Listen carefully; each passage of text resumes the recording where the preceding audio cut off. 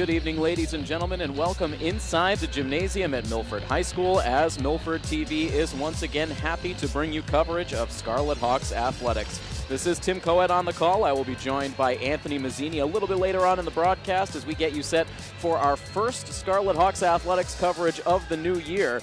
And it is the Lady Scarlet Hawks on the home gym tonight, getting set to take on a Davenport Division rival in the Canton Lady Bulldogs. Milford enters into the matchup currently in third place in the Davenport at 4-2 overall, 2-2 within league play. Canton, a much better effort out of the Lady Bulldogs than we've seen in the previous two seasons. Some lean years for Canton, but they've come out of the gate strong this year. They are currently in second place in the Davenport standings with a 4-1 overall record, and they are 3-1 within league play. So it should be an interesting matchup here tonight. And for Milford, looking to continue on the momentum that they've been building over their last four games.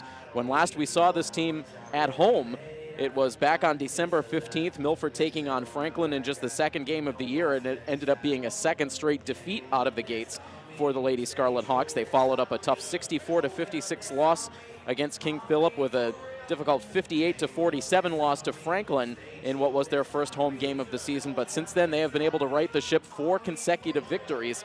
And really the big difference for Milford in this current 4-game winning streak has been their ability to get it done on the defensive side of the floor. As we take a look at some of the stats from this team from early in the season, the defense a little bit leaky in those first two games, allowing 47 points, allowing 64 points in the first game, 58 points in the second game. But after that, the defense has really clamped down. They've limited opponents to 44 points or fewer in each of their 4 games since, and overall they've been allowing teams just an average of 36.5 points per game. The offense has been pretty solid for Milford all season long. They've been scoring up around 50 points in nearly every one of their first 6 games of the season. So good offense and some much improved defense over these last 4 games has resulted in 4 consecutive wins for Milford. Victories over Taunton, Norwood, Hopedale, and most recently a game that was supposed to be played on the road but ultimately was played as part of a home-and-home doubleheader for the boys and girls basketball teams against their Stoughton counterparts back on Sunday.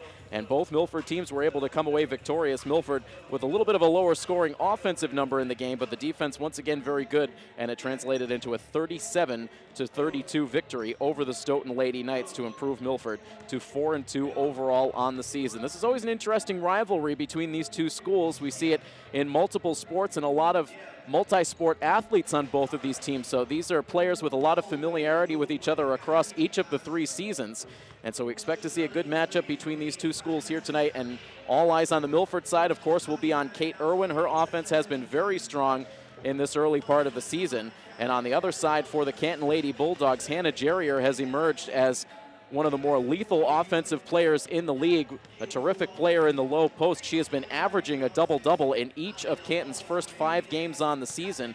She was most recently named the HockomockSports.com Player of the Week for her contributions to Canton over the course of last week.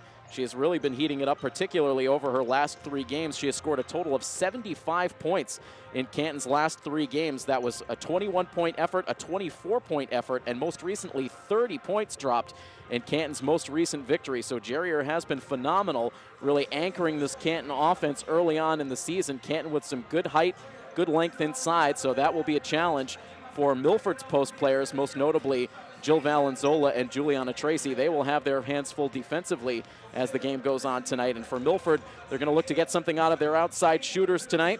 That was something that Milford struggled with the last time they faced this Canton team. They've actually gotten the best of Canton in 3 out of the last 4 meetings between these two schools. The one exception was the last game these two teams played in the regular season last year, a 58-40 drubbing. Canton able to come into Milford and walk away with a solid victory, and Milford's outside shooting really struggled over the course of that game, and they were really able to get very little done inside against that duo of Hannah Jerrier and also Erin Devine, both players over 6 feet. So very difficult to get anything done in the paint. Milford will rely on that outside shooting tonight, hoping to get something out of Kate Irwin, Jess Tomaso, Emily Pierre-Gustavo, and the rest of the very talented shooters on this varsity team. So it should be a very good matchup here tonight. Canton visiting the Milford Lady Scarlet Hawks. We will have the opening tip in this girls basketball showdown when we come back next here on coverage of Milford High School athletics on Milford TV.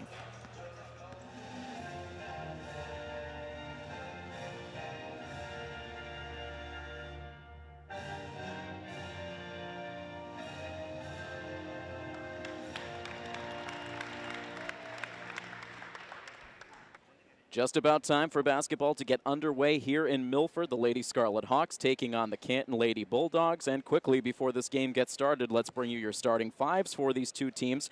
First, for the visiting Canton Lady Bulldogs, it is number 2, Julia Hamilton, number 12, Maggie Connolly, number 35, Molly Ludwig, number 44, Erin Devine, and number 45, Hannah Jerrier.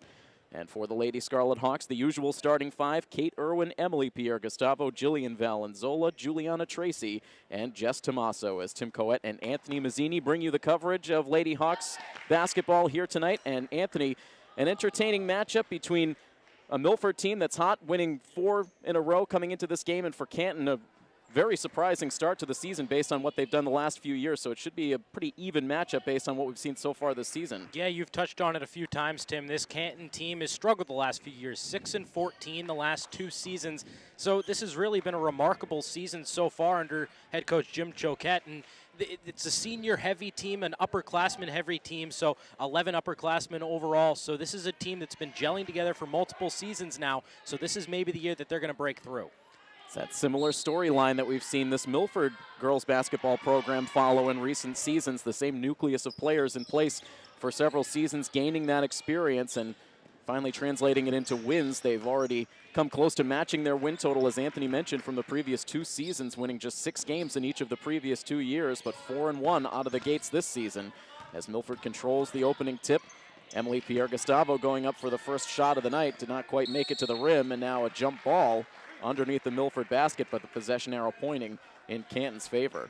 And one thing you'll notice for Canton right off the bat is their length and their height. They tower over Milford, and I was talking to Jess Tomaso before this game this afternoon, and she said that one of the ways that Milford is going to try to counteract that is by going to his zone defense and trying to keep the ball out of the paint. So when Milford's on the defensive end, we'll see if that pays off for the Scarlet Hawks. So certainly a good test for that defense, as I mentioned in the open, playing much better over these last 4 games, limiting opponents to just about 36 points a game over this 4-game winning streak. So we'll see if they can do it here tonight. A very tough offense that's been putting up some good numbers themselves through the early part of the season. And as Canton now makes their first trip on the offensive side of the floor, we see a mishandle inside from Erin Devine. Milford takes advantage quickly up the floor. Pierre-Gustavo to the basket, and again can't finish. And Canton able to control the loose ball. Still waiting for our first points of the night, just about 60 seconds into this Davenport Division matchup. Milford with nearly another turnover. Instead, Canton able to survive, and they get it to Devine, who puts it in for 2. Devine's a solid player on the low block. She finds a way to fill the stat sheet night in and night out. Quick release out of Jill Valenzola, but Milford right now trying to find their stride offensively. 3 trips up the floor, no shots falling so far for Milford. Feed it outside to number 12, Maggie Connolly. And now instead the long 3-pointer tossed up by Julia Hamilton, listed at 5'3". Certainly a stark contrast in the height out there for Canton between the 2 6-footers and Devine and Jerrier and the 5'3" Julia Hamilton. Yeah, 2 completely different ends of the spectrum there, Tim. Quick feed inside to Valenzola, who tries the trick shot. Couldn't quite get around Devine. The shot doesn't fall, and Milford coming out of the gate sluggish offensively. The exact thing that we saw when these two teams met here in Milford a season ago. Twice in the game last season, Canton was able to build large leads. Milford was able to cut it to a 4-point game midway through the 3rd quarter, but Canton able to gain that separation again, so Milford hoping to not see those same types of offensive struggles this time around against the Lady Bulldogs. After Canton was called for the travel, we'll see the senior captain, Kate Irwin, cross midcourt. Irwin's been in a good groove offensively, as you would expect early on in the season. 3-point release for Emily Pierre-Gustavo, and she knocks down the first shot of the night for Milford. They've been feeding it heavily to Pierre-Gustavo so far in these early minutes, and this time she knocks down the 3. Yeah, I don't know if she called bank on that one, but she'll take the 3 points anyway that Milford can get them right now. Pushes the early lead into Milford's favor at 3-2. And now Jerrier thinks about it with her foot on the 3-point line, dribbles a couple of steps inside, no good, but there is the big reach of Erin Devine to put it back for 2 more. And an early timeout called with still 5 minutes and 15 seconds to go in this first quarter. A 4-3 lead for Canton so far over Milford. So already, Anthony, you're starting to see that tough interior duo of Devine and Jerry are at work. Well, one thing that the zone is going to allow, it's going to allow some offensive rebounds, especially if the offensive team, which in this case will be Canton, is able to get Milford moving from side to side. Then you put up a shot, and the zone kind of gets shuffled out of proportion a little bit. Some players aren't where they need to be, and that opens up some offensive rebounds. So the zone does have some benefits. It keeps shooters on the outside, not being able to knock down the three-point shot kind of forces you out a little bit, but it opens up the inside just a little bit, and when you have the height that Canton has, it's going to be tough for Milford to control the offense and defensive rebounds tonight, and that's going to have to be something they overcome. So the timeout continues with 5 minutes and 15 seconds left in the first quarter. A 1-point advantage for Canton so far. Canton with 4 victories in their first 5 games on the season. Their only loss so far on the year came to Mansfield back on December 15th. They allowed 67 points in a 67-35 loss. But the point totals have been very good for Canton, as we mentioned, in their last 3 games. 59 points in a win against KP, 57 in a win over Dover Sherborne, and most recently 64 points dropped in a victory over North Attleboro. Resuming action now as Milford takes care of it offensively. Kate Irwin to the basket. She can't quite finish the ball. Loose underneath. Valenzola on her back and ends up getting called for the travel. Good effort for Valenzola, but she turns it over. Yeah, good hustle that time. And there it is again. Milford just struggling to collect the offensive rebounds and the defensive rebounds on their end. Now Canton, as quickly Devine gets up the floor. Her shot doesn't land this time, but there is the good rebounding. And I believe it was number 35, Molly Ludwig, who put it into up the Canton lead to 6-3. And that's the other way to beat the zone, is to beat it down the floor, and that's exactly what Canton did. Deflected pass makes its way into the hands of Juliana Tracy. Bit of an underhand shot as she bounced off the contact, but it's good for Tracy. Yeah, she absorbed some physical play that time from Canton's front court, I should say. But she finished through the contact. Could have been an and one opportunity. Quick feed to Jerrier. She gets it to roll home for her first points of the night. And you have to imagine they won't be the last 2 points of the night for Hannah Jerrier. As I mentioned in the open, it's been double-doubles in each of the first 5 games of the season for Hannah Jerrier, and most recently a 30-point effort in that win over North Attleboro. Had nearly half of the team's point total, as now Pierre Gustavo, one-handed, able to scoop and score. Pierre Gustavo already with 5 points. She only had 6 in the game against Stoughton on Sunday, so she's off to a much hotter start in this game tonight. Canton trying to answer on the other end. There's Devine with the rebound. Her shot doesn't land. They call for the jump ball, and this time it will be Milford who gains control as Valenzola worked hard to lock up against Erin Devine.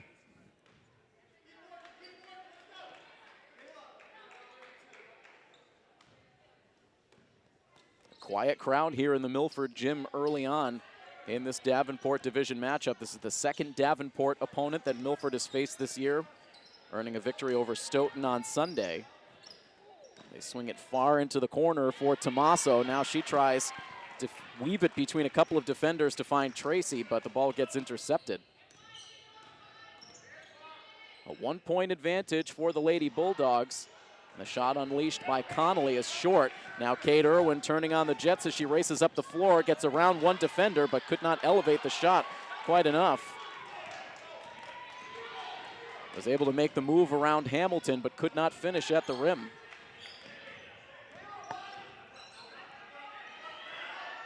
Now that pass tipped by Emily Pierre Gustavo to Tommaso, back in the hands of Irwin, and this time she gets it to bounce through. And there are Kate's first points of the evening. And that's when Kate Irwin is at her best. In transition, using her speed, and the ability to use both hands really pays off for Kate Irwin. Active hands for Milford on these last few Canton possessions, as now the Lady Bulldogs are called for the travel. And that's where the zone is particularly effective. You swing the pass cross court, next thing you know, you have 3 players rotating over, and just a little bit indecision that time from Canton. That 1-point advantage now in Milford's favor as we come down close to 2 minutes to play in the first quarter. Here's Tommaso, and she will take the foul. Jess Tommaso has been a key cog in the offensive wheel for Milford early on in the season. She'll get her chance to put home her first points of the night from the free throw line.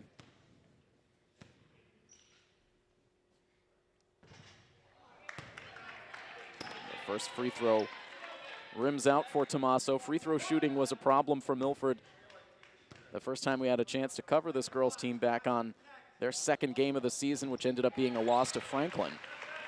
Tommaso able to go 1 for 2.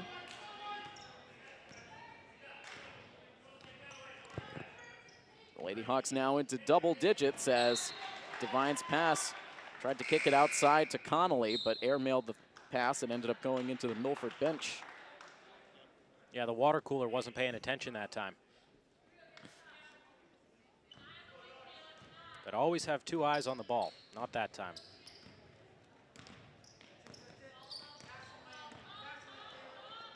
Irwin now with an awkward pass over towards Pierre Gustavo, and she ends up finding the stands. So passing not quite crisp for both of these teams on these last two possessions. Yeah, that was good defense that time, though, by Maggie Connolly. She got right up in Kate Irwin's face after Irwin picked up the dribble and it forced a bad pass. There's the feed down low, this time to Molly Ludwig. Into Jerrier. Jerrier's shot no good. Milford able to control the defensive rebound, and now here's Irwin weaving up the floor. Feeds it inside to Lobiser. She can't save it. Goes out of bounds, and it will be Canton ball. Lobiser just rushed that shot attempt a little bit. Good feed inside by Irwin in transition, but Lobiser not able to finish. It's been the seniors running the show for Milford here early on in the season as Pierre Gustavo gets the block. Canton saves the possession. The shot released by Kayla Albert, the freshman, is no good. The ball out of play. It will be Milford ball, and boy, did the Milford bench love that defensive play from Emily Pierre Gustavo. Well, anytime that a 5'6" player goes up and challenges a 6 foot tall and over player, it's going to draw a large reaction from the crowd, and that's exactly what happened there.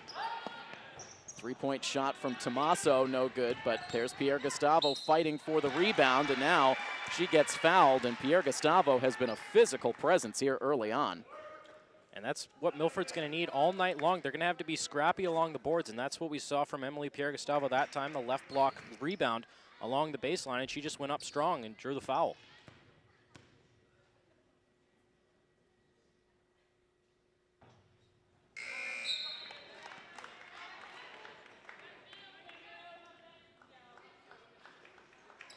One more free throw to go for Pierre Gustavo as it's still a 10-8 score. The scoreboard's been frozen there for the last minute or so.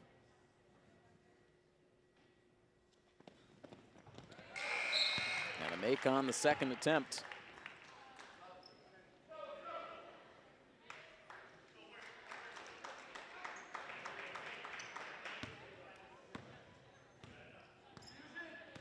Canton finally gets the ball back in. Into the hands of Julia Hamilton as we now go under 60 seconds to play here in quarter number 1. Defense closes in as Ajale Acevedo was initially looking for the 3-point attempt. The shot eventually rims out for the Lady Bulldogs. Julia Rabinowitz comes away with it as she checks into the game for the first time. Here's Lobiser now, too strong on the shot. The rebound kicks out into the hands of Hannah Jerrier. And now Canton looks to push the tempo up the floor. And another turnover as Acevedo commits the travel. And now Milford has the opportunity to get the final shot here with only 27 seconds left on the game clock for the first quarter. And obviously in high school, the shot clock at 30 seconds. So Milford can hold for one shot if they want to. And a quick personnel move for Coach TJ Dolliver as he sends Tracy back out onto the floor. Lobiser to the bench. Now one of the officials having a word with the Canton sideline. I didn't see much there as far as an argument or violation or anything like that. Might have just been a quick warning.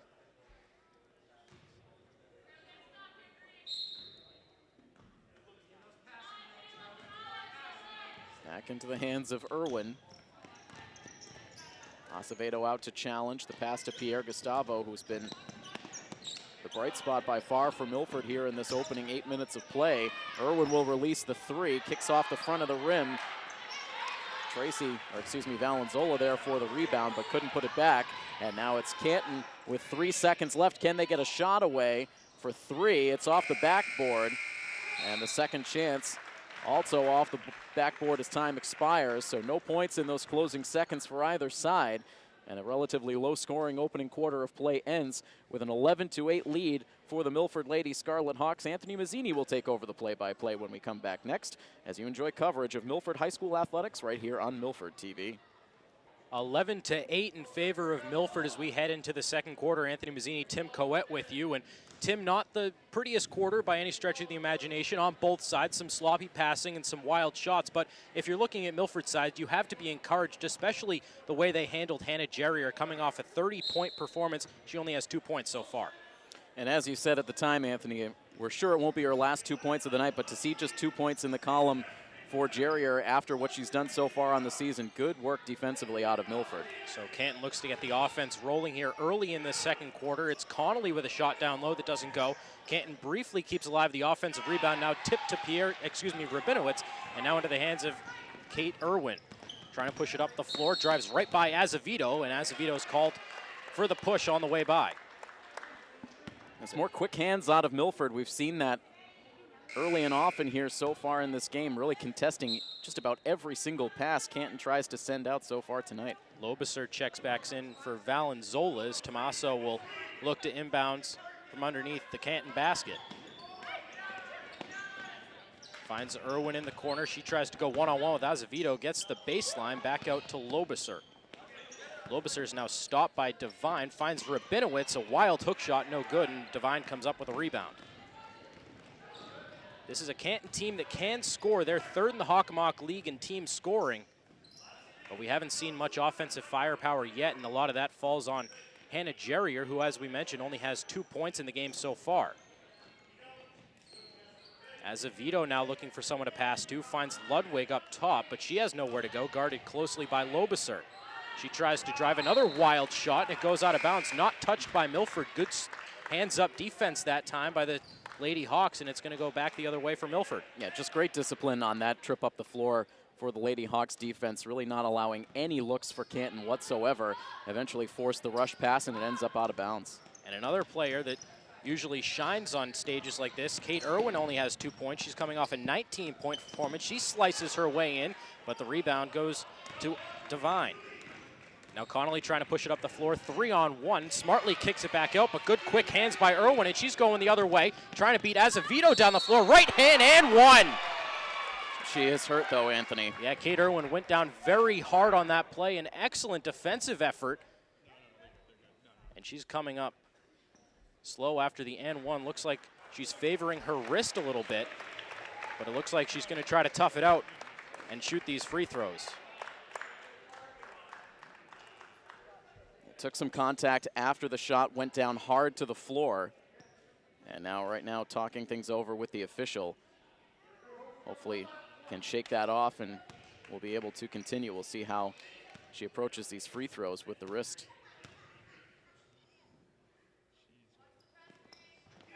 Knocks it down off the back rim. She did look to grimace a little bit after that free throw. Let's see how Kate Irwin holds up, but all in all, it is a 3-point play for the senior. And here comes Canton going the other way. Less than 7 minutes left in the second quarter, 14-8 in favor of Milford.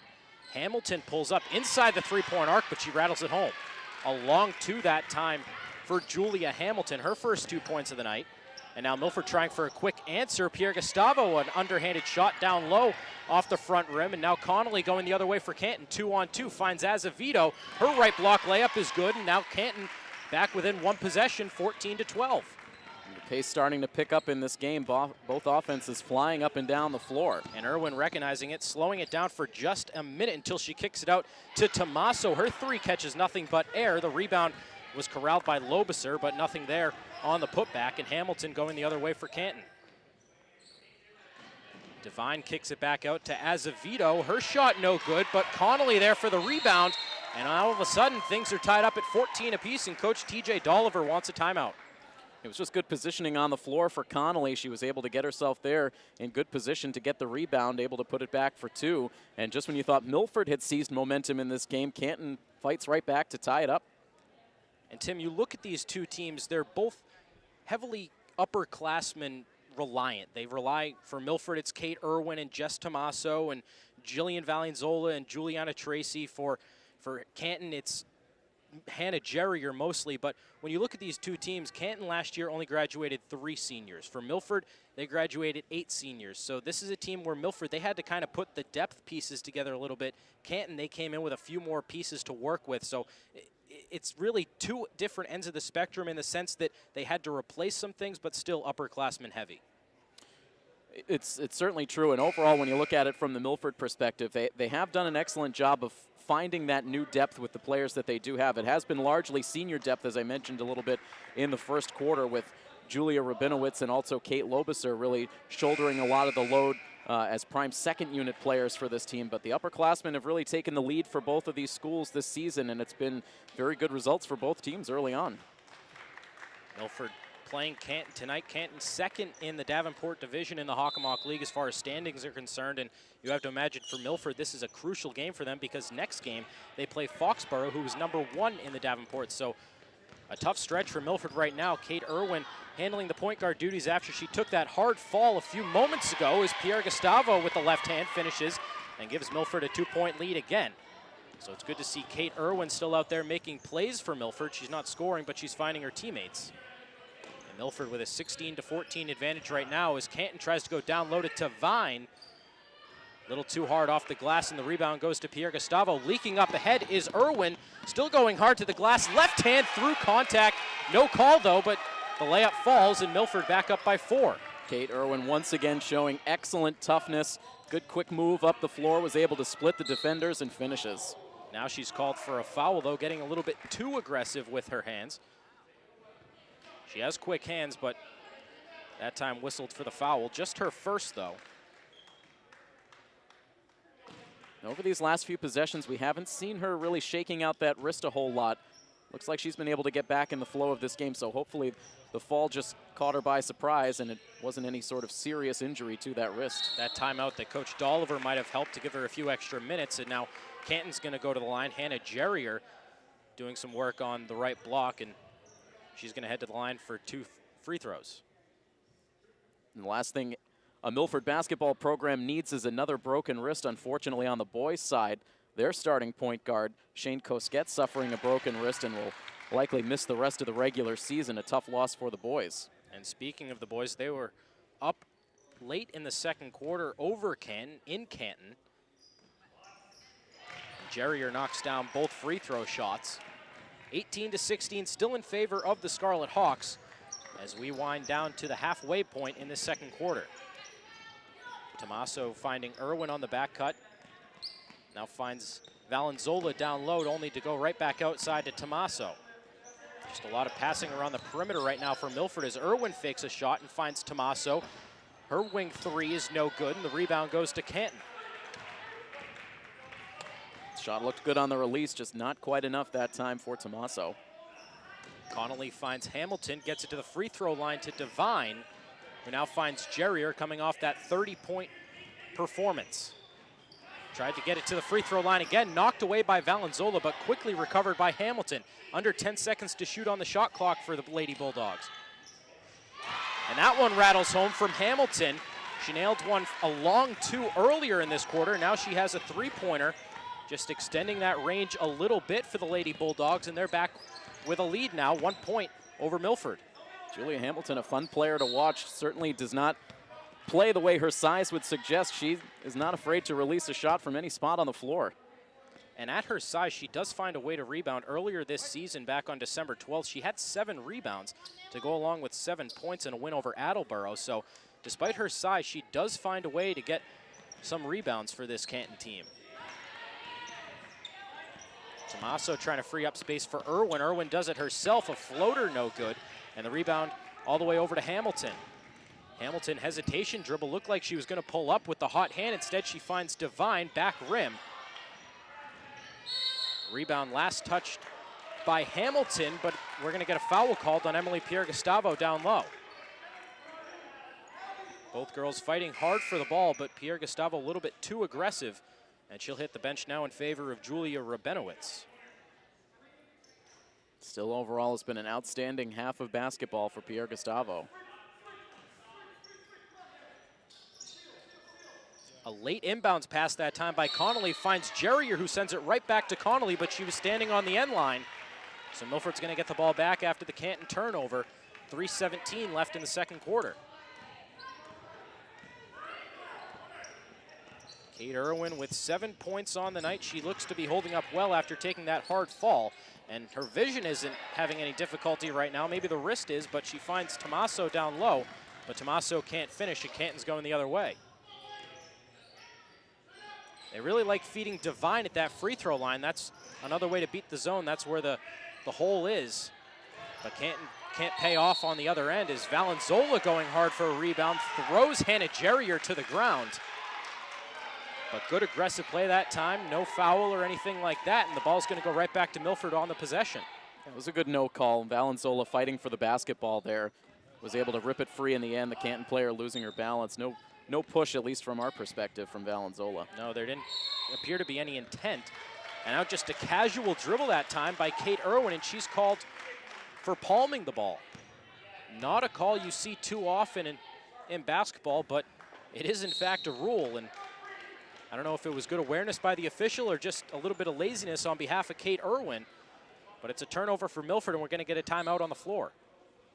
And I think you can see the conversation taking place with head coach TJ Dolliver, and also a little bit of conversation from assistant coach Brian Mackey as well. A little bit of disagreement on the Milford sideline with that foul being called.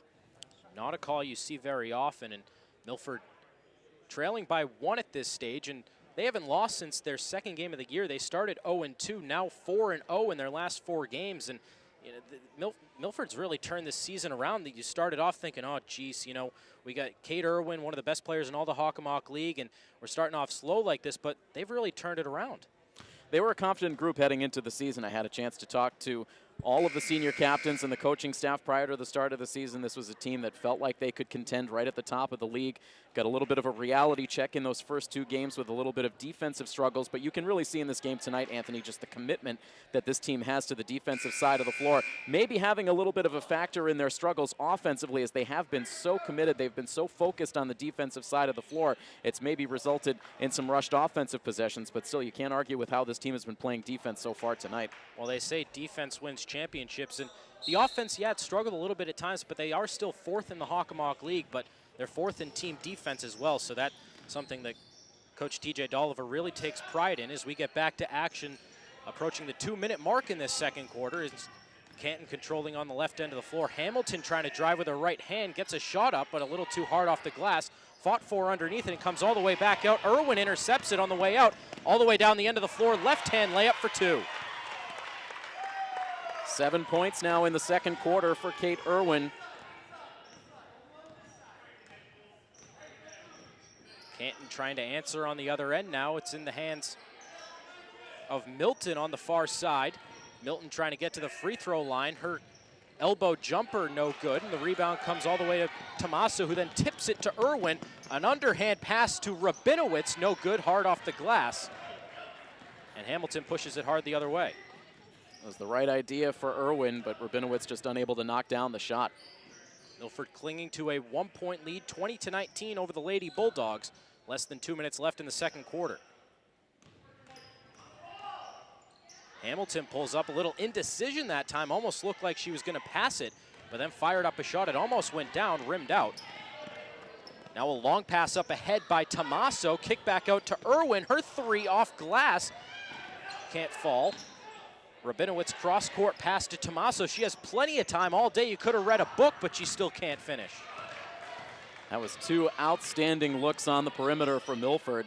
They've only knocked down 1 3 so far in this game, so once again, the outside shooting problematic against this Canton team. Down low pass to Devine, kicks it back out to Jerrier. They try to go down low to Devine again, but Connolly's pass is over the head of Devine, and it's going to go back to the Scarlet Hawks. Now under a minute remaining in the second quarter.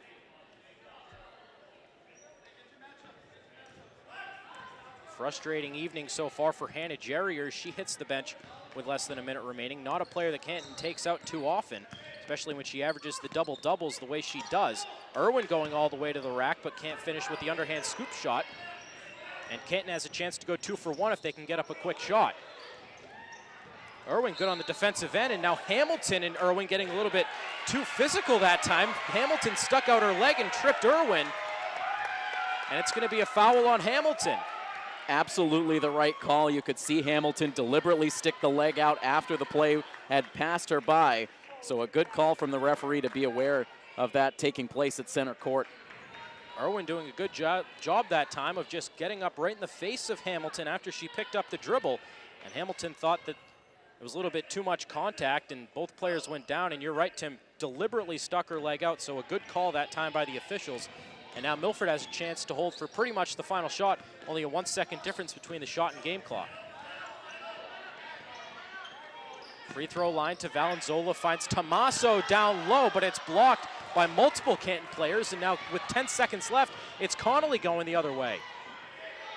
Ludwig in the corner, got to start thinking about getting a shot off. Here's one from 3, no good. Rebound to Milford, fought for underneath. But by the time Canton pulls it out of the hands of Juliana Tracy, the clock expires, so Milford goes into the locker room for halftime with a 1-point lead. And Tim, we mentioned it at the end of the first quarter going into the second quarter, this team defense for Milford, especially knowing the firepower that this Lady Bulldogs team has, the Milford defense has been stout so far.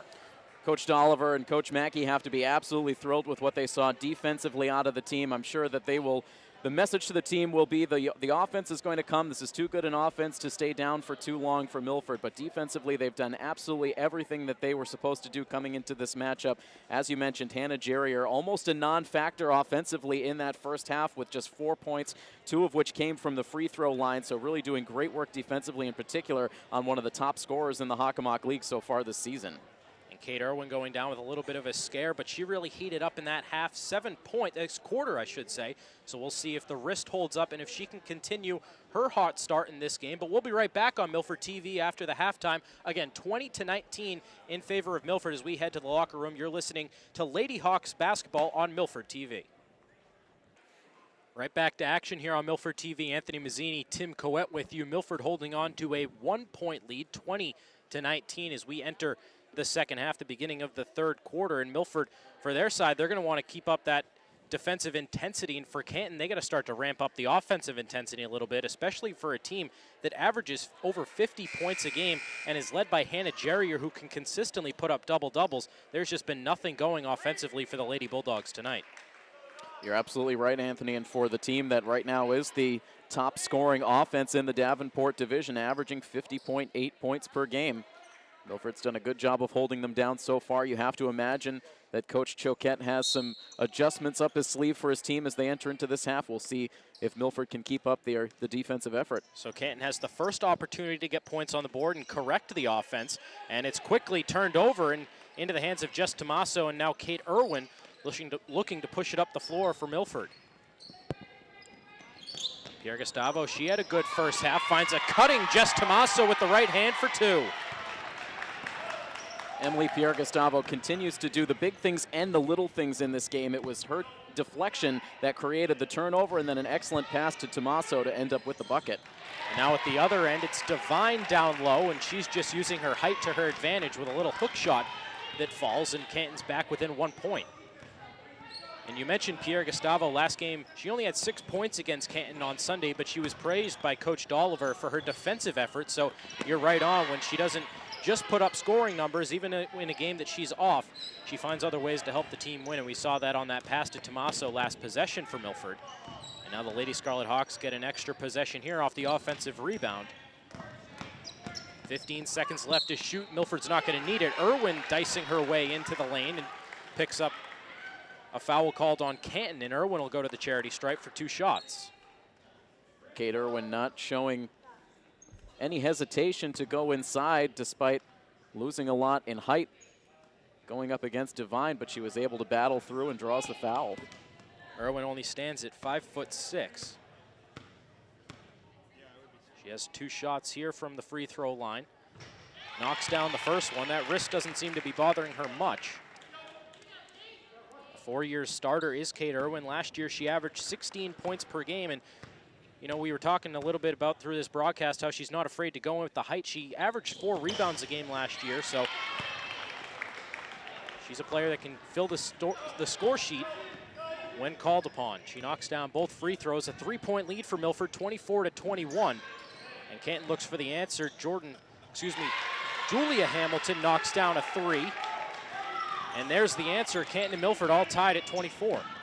8 points in the game now for Hamilton. A quick pass up ahead to Pierre Gustavo, who goes up hard and is fouled by Jerrier.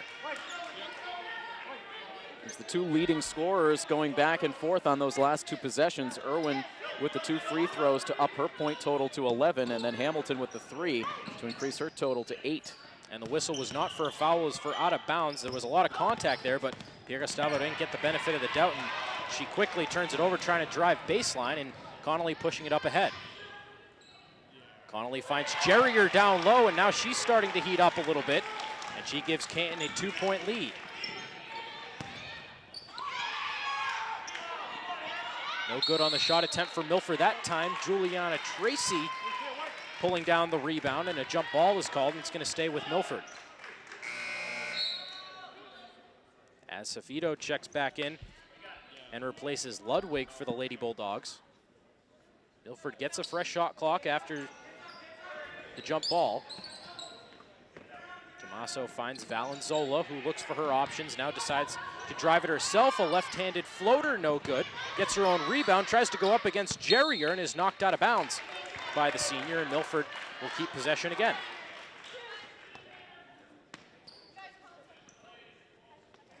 Under 6 minutes left in this third quarter.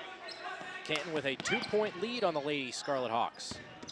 Valenzola trying to drive again, instead kicks it back out to Tommaso. Her 3-point shot, front rim, and the rebound to Jerrier. Milford still not quite comfortable shooting the 3 ball tonight. It was a problem throughout the first half, and now a miss here for Tommaso. Pierre Gustavo almost comes away with a steal, but it ends up in the hands of Irwin going the other way.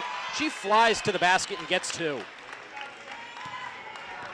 That started with Emily Pierre Gustavo's defensive effort, tipped it, and Irwin came away and benefited off the points, but Pierre Gustavo has to get credit for that as well, and now she guards Hamilton closely again. Now Connolly baseline, passes to Jerrier, who tries to go up against 2 Milford defenders, and Canton gets the timeout with Jerrier in trouble on the low block.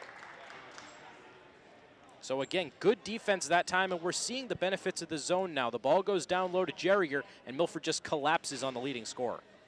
Again, it's just that discipline that they have shown, that focus that they have shown all game long, and it's continued here in the second half. You wondered how Canton would adjust, but so far Milford's been able to stay with them, and a 26-26 tie. It's been a very evenly matched ball game so far with 5:15 to go in the third quarter. Anna Jerrier so far really just non-existent, only 6 points so far in this ball game. Kate Irwin up to 9 now. Emily Pierre Gustavo, we've mentioned, just doing a little bit of everything. She started off very hot, leading Milford through those early minutes of the game, but she's since taken a little bit of a scoring sidekick role, I guess I should say, and she's picked up the slack in other ways. Defense, she forced that turnover there. On the offensive end, she's finding her teammates. So Emily Pierre Gustavo, it's hard to imagine that this isn't even her best sport. She's committed to UConn for basketball. It's outstanding to watch Emily Pierre Gustavo play regardless of what sport she's in.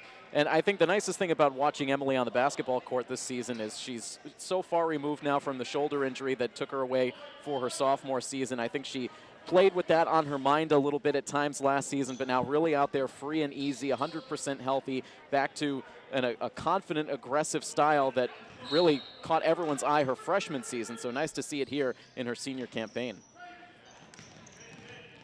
And again, the first one there, of course, on the ball is Emily Pierre Gustavo, just doing it all in this game, tipping that pass, but it still ends up in the hands of Devine.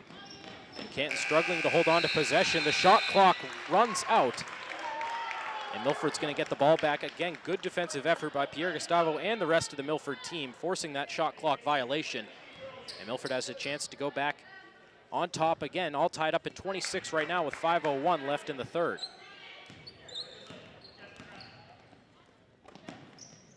Irwin quick up ahead to Tommaso, who finds Valenzola. She doesn't want to shoot from over there and instead finds Irwin. Irwin trying to get to the free throw line and kick it back out, but is knocked away by Hamilton.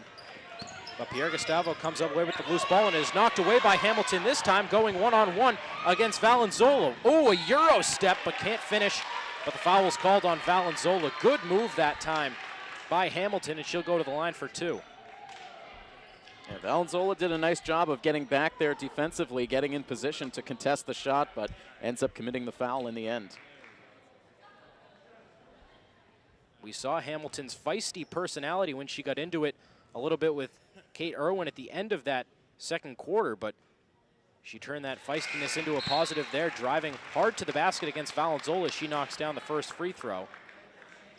Devine will take a seat for now as Ludwig checks back in for Canton.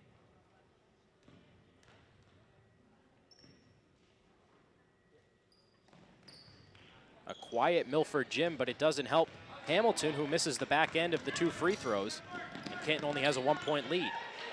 Tommaso has all day to think about whether she wants to shoot. She finally does, but side rims it, and the rebound to Canton. It's looked at times that Tommaso's been almost too open out on the perimeter tonight. We've seen 3 different times she's had all day to shoot, maybe a little bit too much time to think about it. Yeah, mind games might be playing a factor for Tommaso now, as good defense for Milford along the baseline ends up with a turnover for Milford. Irwin trying to drive baseline, kicks it back out, but she stepped on the end line first, and it's going the other way for the Lady Bulldogs. Kate Irwin, for as fast as she is, she seems to be a little bit out of control tonight, getting a little bit too far ahead of herself. She's trying to make plays driving with either her left or right, but that time getting a little bit too aggressive. And so Canton looks to add on to their 1-point lead. It's tipped away by Milford. Pierre Gustavo has it, but we're called for a foul first on the Milford end.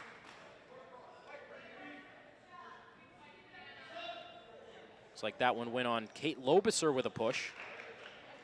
So the ball will stay with Canton as Devine wants to check back in and replaces Acevedo. Just a quick trip to the bench for Devine, right back out there now with 3:50 to go in this third quarter. These two teams split the series last year, 1 win apiece. And it was Canton who came away with a dominating win on this floor last year. An 18-point win is in and out of the hands of Canton that time. And the ball goes back to Milford. But Milford 3-1 over the last 2 seasons against the Lady Bulldogs. So that win on Milford's home court last year was maybe just an abnormality. Irwin trying to drive baseline this time. Instead, the step back jumper for 2. Pretty looking shot for Kate Irwin. She's into double figures now as Milford settles back in on the defensive end. There's zone that they're trying to play to counteract this height for Canton, and it works off that time as Kate Irwin fires a dart cross court, and Kate Lobiser wasn't expecting it. And another turnover for Milford. That was a fastball from Kate Irwin, and I think Lobiser was expecting the changeup. That almost took her head off. Yeah, Kate Irwin looking like she took a couple pages out of Allie Atherton's playbook. Usually she plays outfields for the softball team, but that time channeling her inner Allie Atherton, and she's called for the foul that time, again being a little bit too aggressive. And these fans and head coach TJ Dolliver are having none of that call, but it is a foul indeed on Kate Irwin. I think both coaches at times tonight have had issues with some of the fouls called out on the floor as this game has gone along. Valenzola trying to deny the ball at the free throw line. Now we get a foul down low. Jerrier will go to the line. Another foul on Lobiser. That's her second in just a couple minutes of play. And while we have the chance, a quick update on what's going on over in Canton on the boys' side. It has been a tough night for Milford. We got our wires crossed on the score update we gave back in the first half, but right now a 57-41 lead for Canton late in the third quarter. And that's a very talented Canton team on the men's side as well.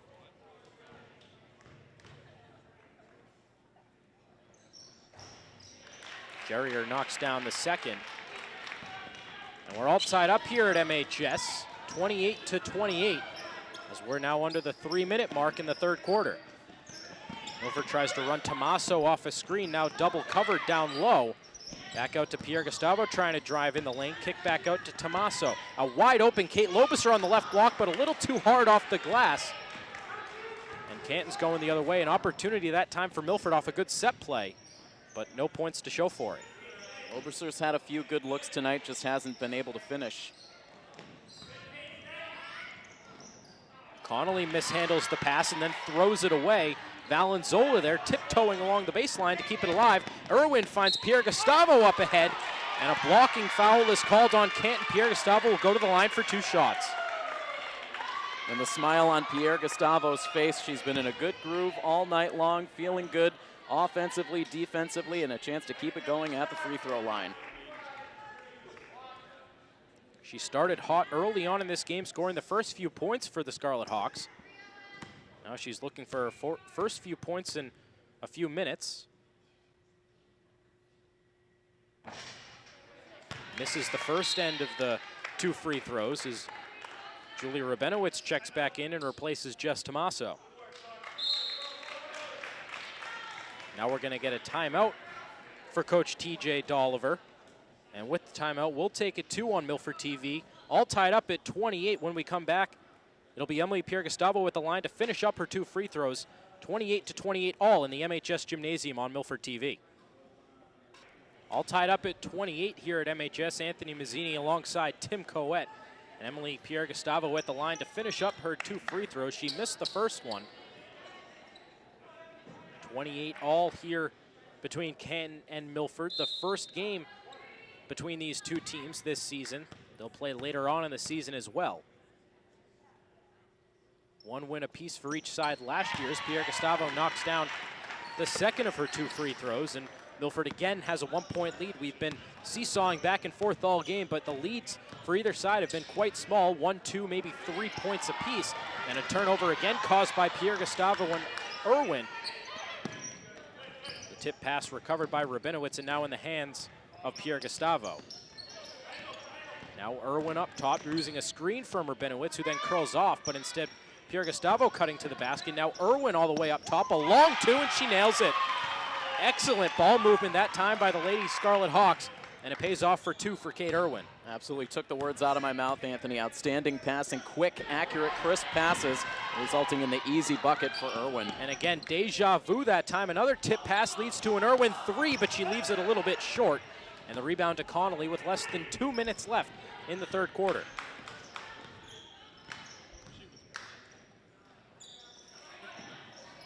Jerrier with a long 3, no good.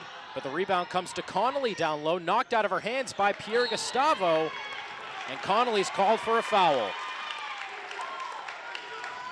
Good active hands along the baseline for Emily Pierre Gustavo, and yet another Canton turnover as Tommaso checks back in and replaces Lobiser. Just over a minute left in the 3rd quarter. And Milford looking to add on to their 3-point lead.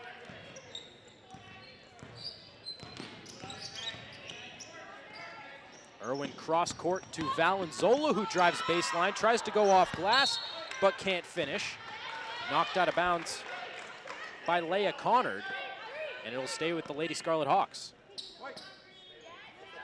Milford going with a little bit of a smaller lineup out there right now with both Tracy and Lobiser on the bench. It leaves Valenzola as the only good matchup down low against that duo of Jerrier and Devine. Irwin left open for a 3. She falls down after the shot, but she can't finish. Under a minute remaining now in this 3rd quarter. Milford with a 3-point lead. No side has been able to really pull away so far as Irwin reads the pass and intercepts it going the other way.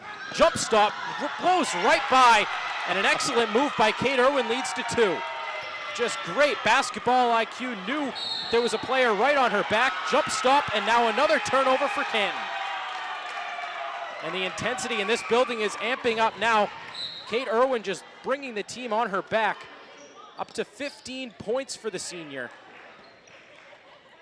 It's been a relatively quiet gym here tonight, a sparse crowd, but the fans that are here getting pumped up after an excellent sequence for Milford, and in particular, 3 players that we saw make their way into the gym earlier, 3 of the captains that graduated from this team last year. Very happy to see a strong outing from their old team here tonight. Well, Milford's going to have a chance to continue to feed off of this home crowd as they play the next 7 of their next 8 games in here in this gym.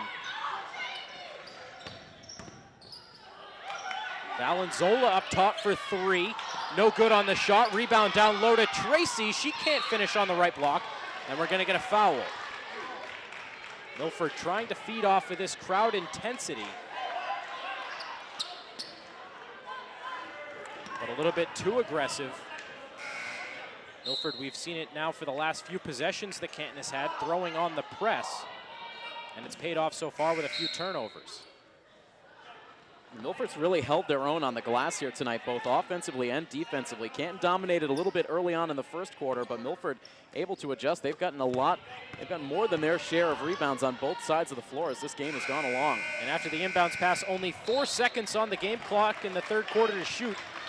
And the shot was late anyway. Canton can't get it off. So Milford riding a little bit of MHS Gymnasium momentum, up by 5 now. The game has been close through most of this game, but Milford riding a little bit of that momentum off Kate Irwin and Emily Pierre-Gustavo's defense, and then Kate Irwin with some spectacular basketball IQ, the jump stop and the finish. So Milford has a 5-point lead going into the fourth quarter. Tim will take you away with the play-by-play for the fourth. We'll be right back on Milford TV. A very impressive way to close out the third quarter for Milford. Just another terrific move. So many in the bag of tricks for Kate Irwin. A slick move to get the points underneath the basket, and Milford with just about the largest lead we've seen for either side tonight, 33-28, heading into the final 8 minutes. As Leah Connard sends the inbounds pass in just in front of our broadcast setup. Tim Coet and Anthony Mazzini bringing you the coverage here tonight. Milford versus Canton in a very good girls basketball matchup. As Canton is able to tip in the opening points of the fourth quarter, it's Jerrier who gets it started.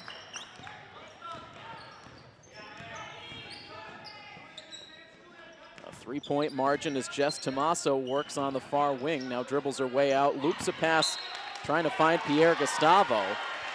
Deflects out of play, and they'll say last touch by Milford.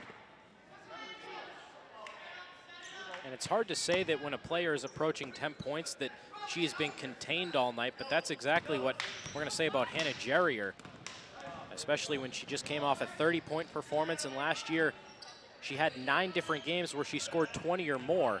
This is a Milford team that has done a very good job on Jerrier, and they're going to have to do a good job on her for the rest of this game if they want to come away with a win. Julia Hamilton releasing the shot, no good, able to get it back in her hands.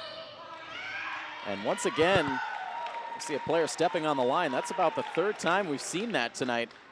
A couple of times now for Canton, as this time they turn it over. Yeah, it's really been both sides, and you would think that Milford, especially playing on their own court, would have a little bit more awareness of where the end and sidelines are, but even Milford has done it a few times too.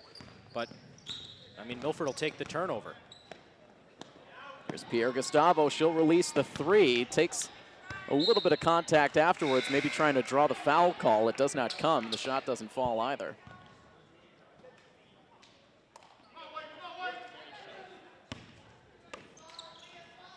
Jerrier gets the inbounds pass into Maggie Connolly with 6:48 to go in this contest. Tricky pass eventually handled by Devine. Her shot doesn't fall. Jerrier there for the rebound. Now the ball loose. Irwin picks it up. Picks up steam as she travels up the floor. Again, tries to get around Hamilton and can't get it to bounce home. Misfire up the court, trying to release a quick pass ahead to Connard. And Canton will turn it over once again. Just some sloppy passing. Milford has cleaned it up a little bit. That first quarter and the beginning of the second was a little bit sloppy, but for Canton, for the most part, this game has been a game of turnovers, really. Pass back outside to Tomaso. She gets pestered defensively by Leah Connard. And eventually the foul called. These teams are playing very aggressive, and a lot of times you'll see the referees give a little bit as far as aggressiveness and the pushing and shoving and the jersey grabbing and whatnot, but the officials have been pretty much all over it so far in this game. Still that 3-point lead. Pierre Gustavo trying to weave a pass to Irwin. It gets picked off, and going the other way as Maggie Connolly, she can't convert now. Numbers up the floor for Milford as Jill Valenzola gets the bucket, just her first of the game, but it pushes Milford ahead by 5. It's not too often you say not having numbers back on defense pays off, but after the quick shot by Connolly, Milford was left wide open at the other end of the floor. And now Devine able to go up and over Valenzola for the score.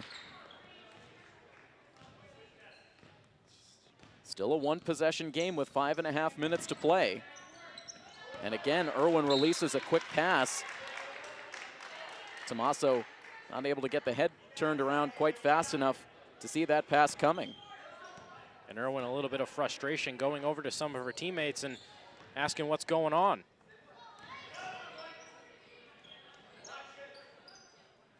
Milford had really ramped up the energy towards the end of that third quarter, but back down to a little bit of a slower pace here to start the fourth as Hamilton misses another with her foot on the free throw line. Good box out that time by Valenzola. She didn't come away with the rebound, but just doing enough to box out Jerrier, who's really one of the more feared rebounders in all the Hockomock League.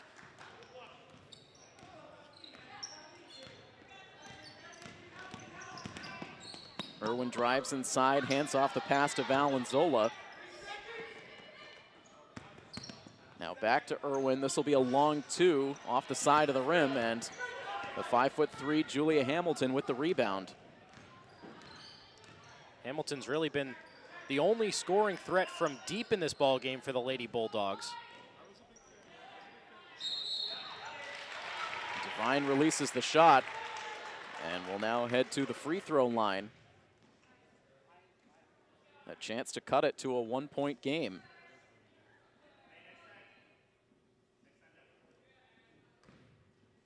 Seeing a lot of these Milford players with their hands on their hips. It's been a relatively short bench for Coach TJ Dolliver in this game. The starting 5 has been out there for pretty much the entirety of the game. And when they have come out, it's only been for a minute or 2 here and there. Devine makes the second free throw. 35-33 as timeout now is called on the floor.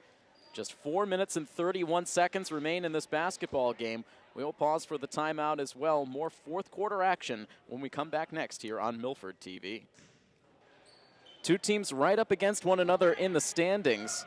Canton coming into the game at 4-1, 3-1 in league play. In second place, Milford in third at 4-2 with a 2-2 record within league play. So the winner of this game will walk away with possession of second place in the Davenport Division. Both teams trailing Foxborough, as Anthony mentioned earlier. Next up on the agenda for Milford, a very tough opponent. As Tommaso releases the outside shot, no good. It ends up in the hands of Valenzola, so the possession continues for Milford. Zigzag passes into Tommaso, who gets it underneath the basket for 2. And Milford had so many options on that offensive possession. Pierre Gustavo was begging for it in the far corner, but no Milford player could find her. But it pays off with 2 points anyway. Ups the lead to 4. Under 4 minutes to go now. Back into the hands of Hamilton now. Couple of bounces going Molly Ludwig's way. Milford unable to gain separation on the scoreboard. Back down to just a 2-point game. That one almost eluded the grasp of Irwin, as now Acevedo continues to pester defensively. And finally the foul is called. And you can see a little bit of chippiness after the play. Kate Irwin taking exception to the physical play from Ajale Acevedo. And the feistiness has really been evident throughout the entirety of this game. We saw it earlier in the game, the second quarter, when Hamilton and Irwin got into it a little bit, and now Acevedo and Irwin. Both teams just playing hard, and sometimes the emotions kind of get away from you a little bit. Now Acevedo will take a seat on the bench.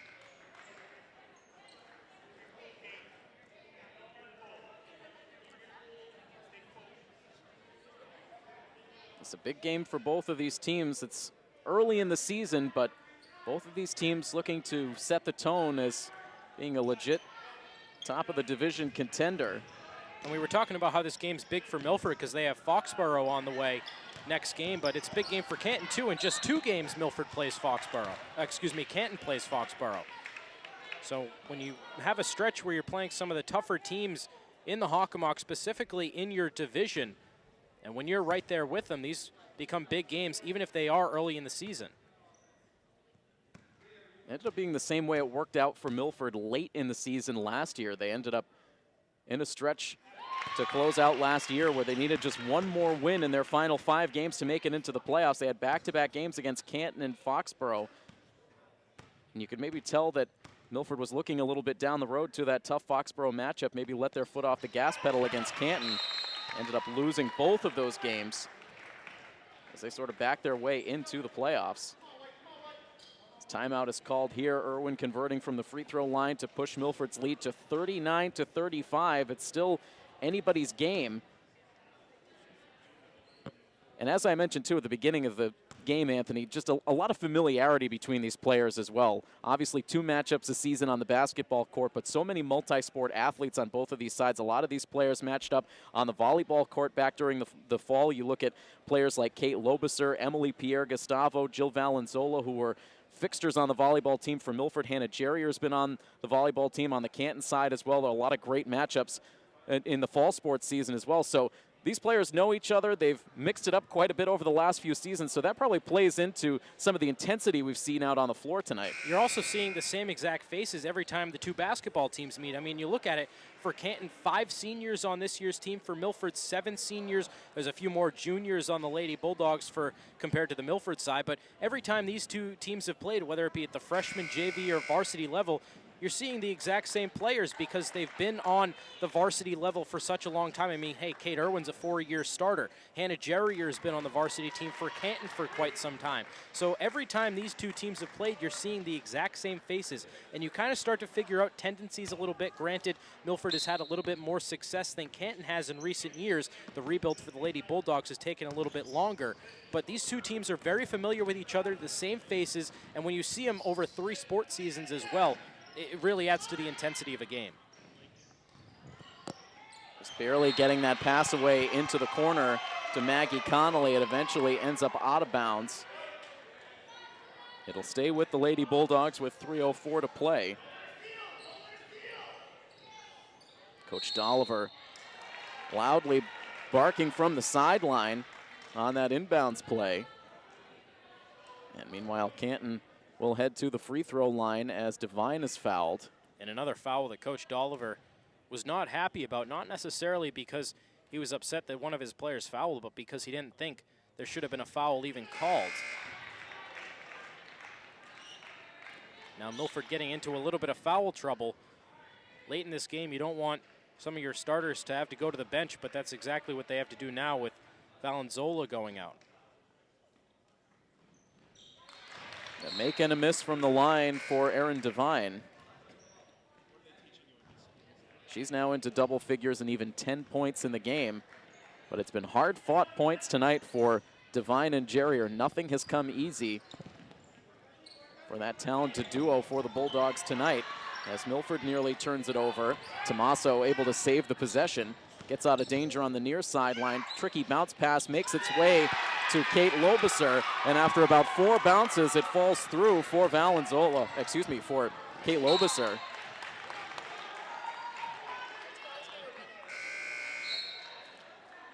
The ball trickles out of play, just past our broadcast setup. Yeah, I know, we were being hypocritical earlier. The water cooler over there wasn't paying attention. Now we didn't have our hands up, so, you know, people in glass houses shouldn't throw stones, I guess. And now that ball in and out of the hands of Devine. Now here's Kate Irwin. She will push the tempo all the way to the basket. Count it, and the foul.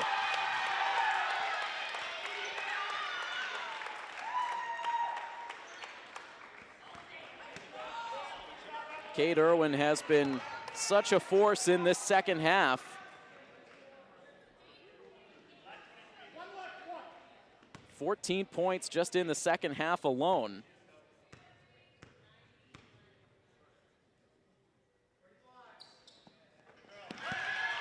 Converts the free throw.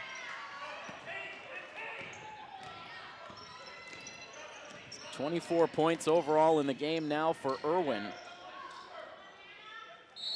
I believe makes her 4th game this season of 20-plus points. And she was only 1 shy last game against Stoughton with 19. So, I mean, you're just looking at a player last year, 2nd team All-Hockomock League, and was a top 10 player to watch. She had 335 points last year. So you have to imagine at the pace she's on right now, you might be seeing her name on that banner over there on the far end of the gymnasium with the 1,000-point scorers. It's not something the team is talking about a lot early on in the season, focused on the task at hand. You know, Irwin, more so than the personal accolades, wants to see this team succeed and succeed in the playoffs, but that will be a storyline as this season goes along.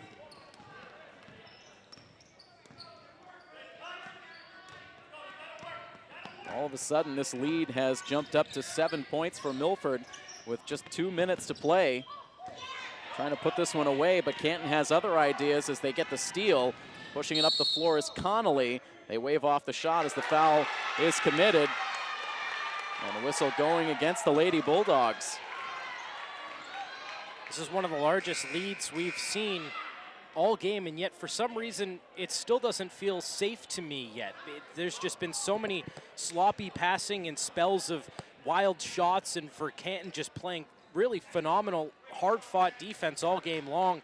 And Milford has been finding a way these last few minutes to really put points up in a hurry, but it almost just doesn't seem safe yet. Yeah, we're under 2 minutes, and it's a 7-point lead, as you mentioned, but I think Milford needs to either get a few more stops and run down the clock a little bit or put up a few more points themselves, and then this lead will really start to come to fruition. Yeah, there's been too many quick momentum swings as this night has gone on. No lead is going to feel safe until that final buzzer sounds. Milford hoping to make it 5 wins in a row if they can finish this one off here tonight. This is just their 3rd home game of the season. It was supposed to be just their 2nd, but we ended up seeing that swap of home games between the Lady Hawks and the Stoughton Lady Knights after the snow that fell late last week that ended up canceling the slate of games to close out the week. The basketball teams playing a doubleheader here at home on Sunday with the Milford boys defeating Stoughton, the Milford girls defeating their Stoughton counterparts. And it's really, I think, a noteworthy thing that we haven't touched on much.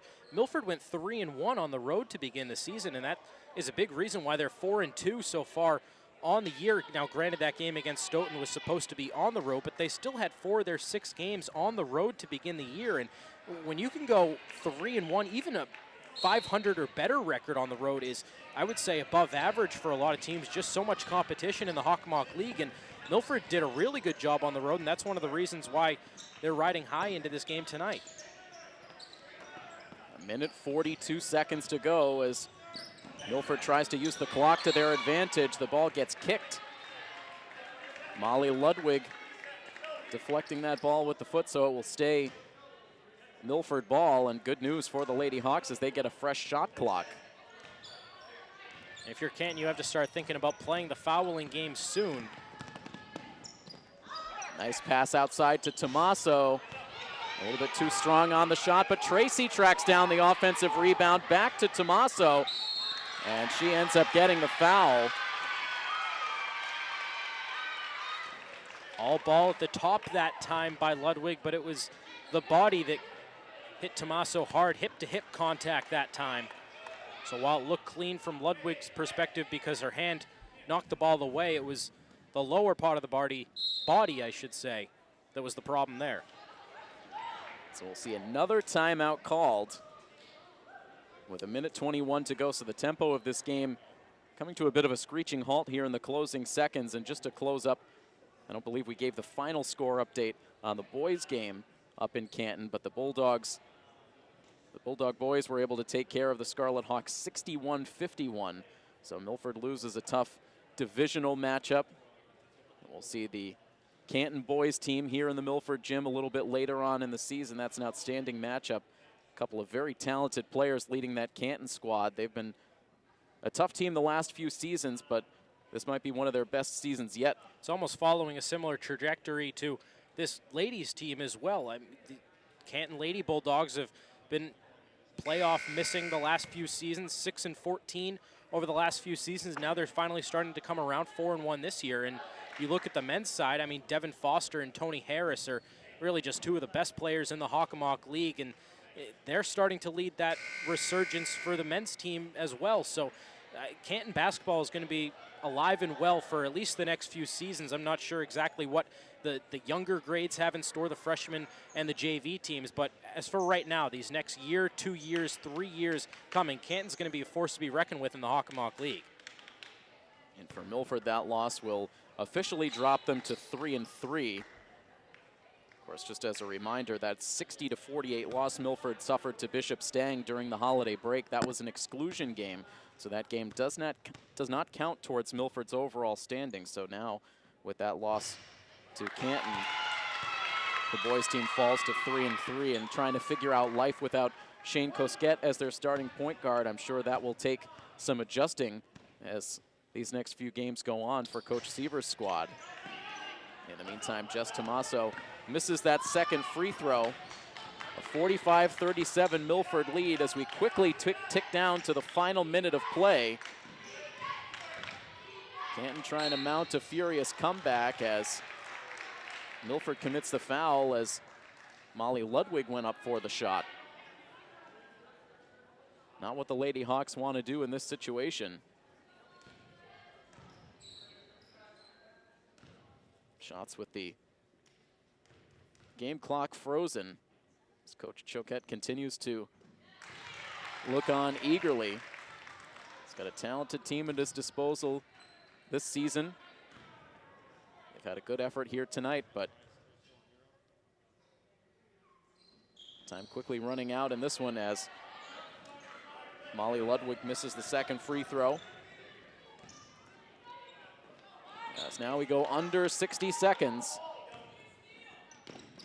Milford trying to be patient. Awkward pass from Pierre Gustavo, but Irwin able to adjust. Not sure if I agree with this strategy right now. Canton just content with playing uptight defense, no fouling. They're only down by 7. It's 8, no, 7. And they end up paying the price as Milford drains the clock, and they also drain the shot, courtesy of Kate Irwin.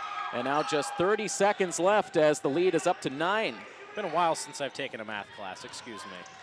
Always tough doing that scoreboard math on the fly as the three-point shot is well short from Ajale Acevedo, and that should just about do it for Milford as they get the pass up the floor to a wide open Jill Valenzola, and she gets a late bucket to add to her total on the night.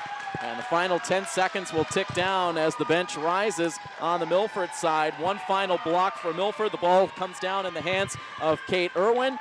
And the final buzzer sounds. That is that. A 49-38 victory for Milford here tonight.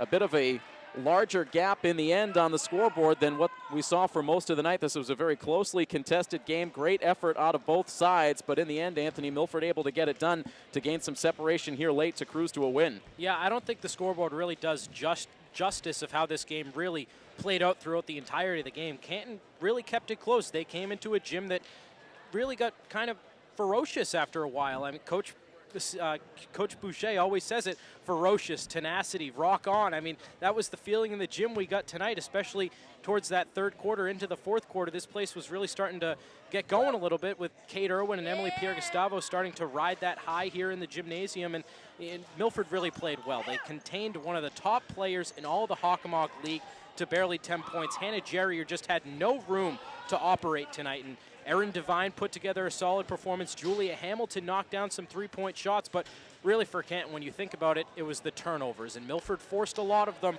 but for Canton, a lot of the times they were self-inflicted wounds. And Milford really just played well, and this is a great Davenport Division win, especially when you got Foxborough coming in next game. The 1 and 2 teams in this Hockomock League, now Milford number 2. So this is going to be a great game coming up and a great win for the Lady Scarlet Hawks.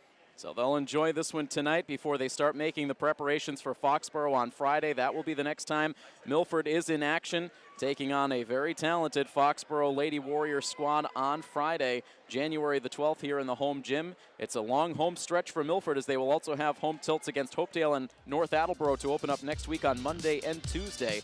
So a lot of opportunities to see this girls team here in the home gym. But that will wrap up our coverage here tonight. A big thank you to our crew on hand, our camera operators, Nick Coelho, Neelan Raceman and Malcolm Zale, and also our director, Rob O'Keefe.